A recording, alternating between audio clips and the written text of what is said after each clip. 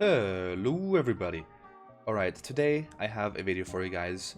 It is about Nashor's tooth builds, which a couple of people have been asking for a long while now. And yeah, I'm currently 420 LP poggers, well 419 but almost.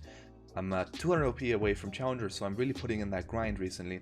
If you want to follow my grind, then I would love to see you guys on my Twitch. The link is in the description down below. And without further ado, let's get right into this.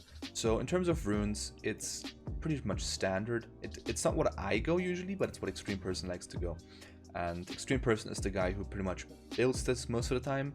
I think Chase goes a variation of this too, but I think Extreme Person was the first one who invented this build like a while ago already. So yeah, obviously link to him in the description down below, to his Twitch and his OPGG. But the runes are pretty simple: Dark Harvest, Sudden Impact, Ivor Collection, Ultimate Hunter. This is pretty much the standard AP setup. And then we have Inspiration, which I don't like to go, but he goes Cosmic Insight and Magical Footwear. Free boots are obviously awesome. And then the 5% extra CDR over 40% is also pretty dope. Now in terms of items, this is where it gets interesting. This is where people actually usually want to know. So the start is obviously the same: Talisman and the Potion. Then you try to finish your runics as fast as possible. You obviously get your red trinket. And this is pretty much the first three core items. You go Runic Echoes, you go Lucidity Boots, and you go Nashor's Tooth.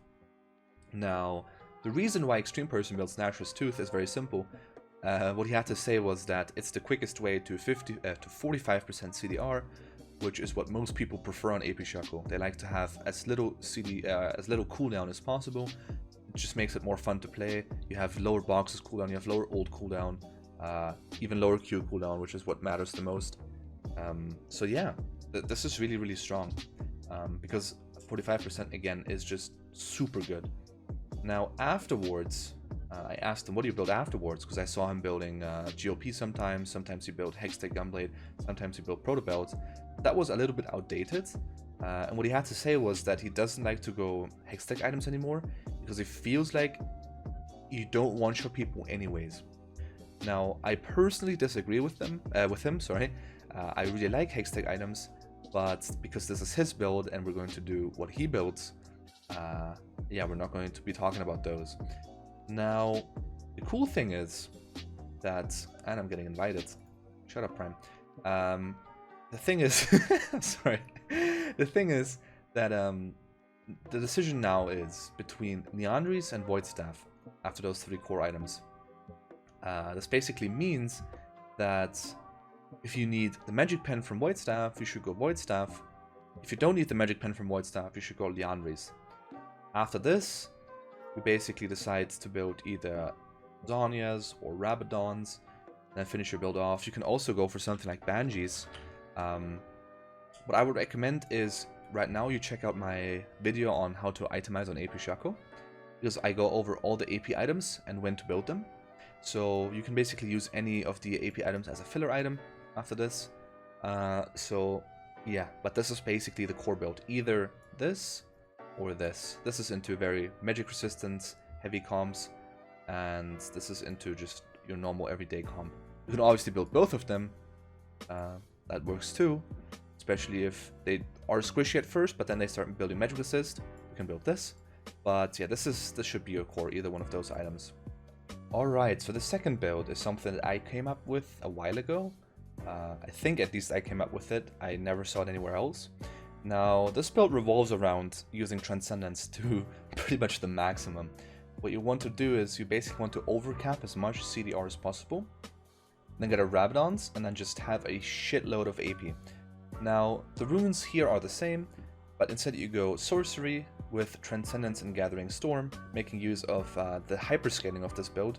You also go to 10% CDR, which basically means that you are going to be having a load of CDR, a load of AP. Now, for the build, it's rather simple. It's a very straightforward build this time, because it follows a simple recipe. The recipe of this build is the same start as always.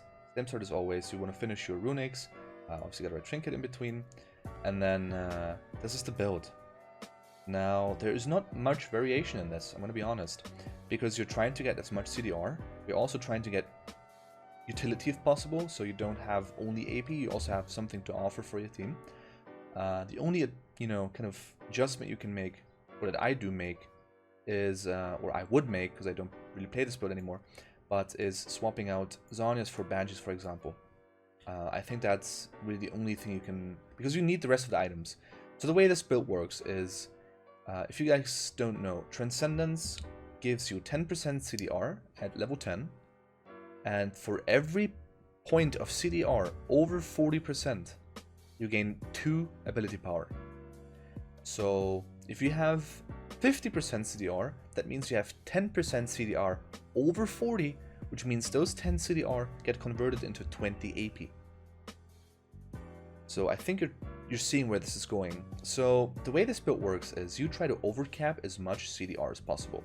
Now, with this build we have 10% CDR, 20% CDR, 30, 40, 50, 60, and then 70. Then you take the Transcendence 10%, so you have 80, and then you take the scaling runes, so you have 90% CDR. If you take a blue buff, you have 100% CDR, which obviously doesn't mean you have 100% CDR, but you overcap 60 of those, which turn into 120 AP. Now, if we do the math, and I did the math, I hope I didn't screw up anywhere, but if you take runes and everything into consideration, at minute 40 with this build, if you complete this entire build, you have 915 AP, which doesn't sound like much, but you have to keep in mind, you have Runic Echoes, you have Nashor's Tooth, you have the attack speed, you have the on-hit damage from Nashor's Tooth, you have the active of GOP, you have the active of Zhonya's, so you have a lot of utility. Obviously, if you were to stack fucking 5 Rabadons, you'd have a shot of AP too, but you wouldn't have those actives, and you wouldn't have all the other stats that these items offer you. You get mana from this, you get armor from this, you get, as I said, attack speed from this, you get on-hit damage. So this is really, really good. Now, it's a very late game oriented build, I agree, but this is something that I used to build a lot. This was my favorite build back in the day. You can obviously swap out GOP for something like Protobelt if you're more comfortable with Protobelt, but this is basically the max amount of AP you can get. Well, there's probably more, again, if you swap out items, but I think this is the most efficient way you can make use of Transcendence without losing or sacrificing anything. So yeah, those are the two builds I would say are viable at the moment with Nashor's Tooth. There's obviously some crazy like tank and hybrid bruiser stuff going on, but don't even bother with this. This build and Extreme Person's build I think are the only really viable ones. So if you have any questions, feel free to ask in the comment section down below. And I would say this is it, and I'll see you guys in my next video. Bye bye peeps!